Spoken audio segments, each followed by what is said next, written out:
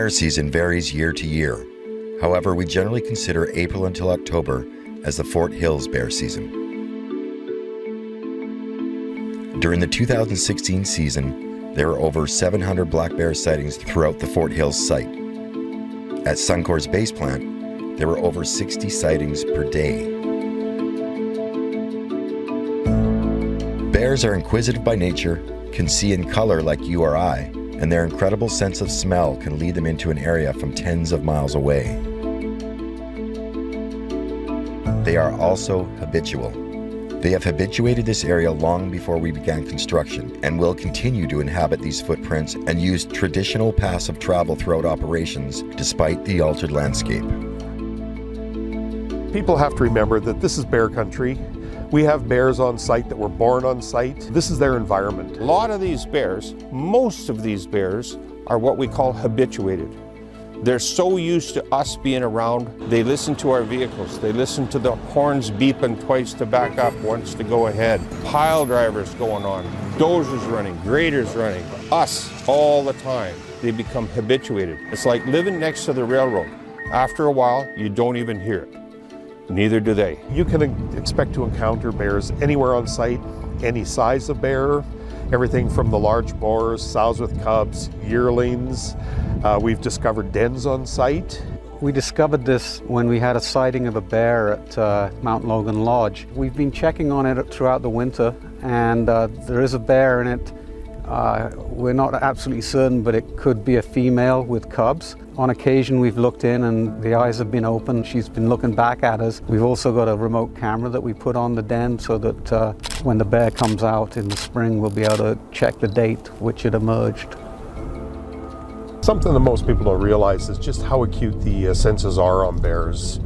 They've got great eyes, they see color, they've got phenomenal hearing, and what's most impressive is actually their sense of smell. Bears will literally travel for miles following a scent trail in. You gotta realize that a bear thinks about his stomach 24/7. He's like me, he never turns down a free breakfast. That's why it's really important to monitor all sources of smell, any attractants, not just the normal food waste that people think about. So there's bear attractants and what we call rewards. Attractants can be things like certain fuels, lubricants, oils, oily rags, oily dirty coveralls, anything like that that you have on the job site can be an attractant to a bear. Other scent attractions that we don't recognize as such can be something as simple as a tea bag. And think about it. We make tea from apple cinnamon tea. So if we take that tea bag and throw it on the ground, that is a scent attractant. Same thing as the oily rags. Don't leave it in the back of a vehicle. Don't leave it in the cab of a vehicle. Dispose of it properly.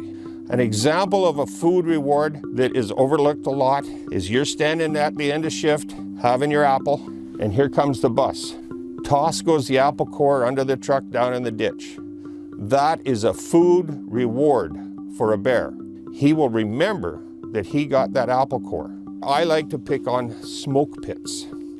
Not because of the smoking, because we all know that smoking is good for us, but because of the garbage cans and the food attractant and the scent attractant. And here's the deal. You get off the bus in the morning and you got time for a smoke. So you got your double-double and your muffin. You fire up a smoke, you get it about halfway done, you get your double-double about halfway done, and you get your muffin about halfway done. And here comes the boss, time to go.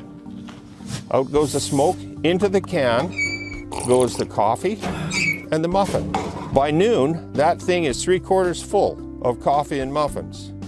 And there's juice dribbling out the bottom of it. That's what I call bear butter. And I haven't never tasted it, but I think it's going to be kind of a caramel butter flavor. Maybe a little coffee hint. A bear gets that, he will be back. Pretty well everywhere you go in the north, in Alberta, BC, is bear country. And all our work sites, our big oil fields are in bear country. It's always been bear country, and it will always be bear country. So at any time, on any work site, you can have a bear encounter. You can walk out of the lunchroom, you can step out of your vehicle and there can be a bear right there. So what do you do when you have a chance encounter like that with a bear? There's a few things you don't want to do, and there's only a couple things you should do. The first thing you need to do is stand your ground. And I want you to make sure the bear knows you're there. So what you do is you get big and you make some noise. Bear! What did I just do? I just let everybody in the work site know that there's a bear. That's information everyone needs to know. I also just told the bear that I know he's there, and I'm bigger and tougher than he is. 99.9% of the time, that bear is gone. Immediately, make sure you're in a safe spot. Get back in your vehicle, move into a building, call it in. Call it into your supervisor, follow whatever chain of reporting you have, and report that sighting. Because the bear has maybe left you, but he's moved into another work area, into another crew. We need to find them. Whoever is monitoring the bear's activity needs that information as soon as they can get it. Everyone has a role to play in preventing human-wildlife conflict. If everyone does their part by maintaining a clean work site, doing proper housekeeping, and using the appropriate waste containers, we won't have to resort to this. This is a live bear trap. This is the last resort for bears that cause problems on site. When a bear becomes a problem, we call Fish and Wildlife. They come, they set this trap, and the bear is relocated off a site. There's a very, very low survival rate for bears that are removed, and we really don't want to go there. So everybody do your part.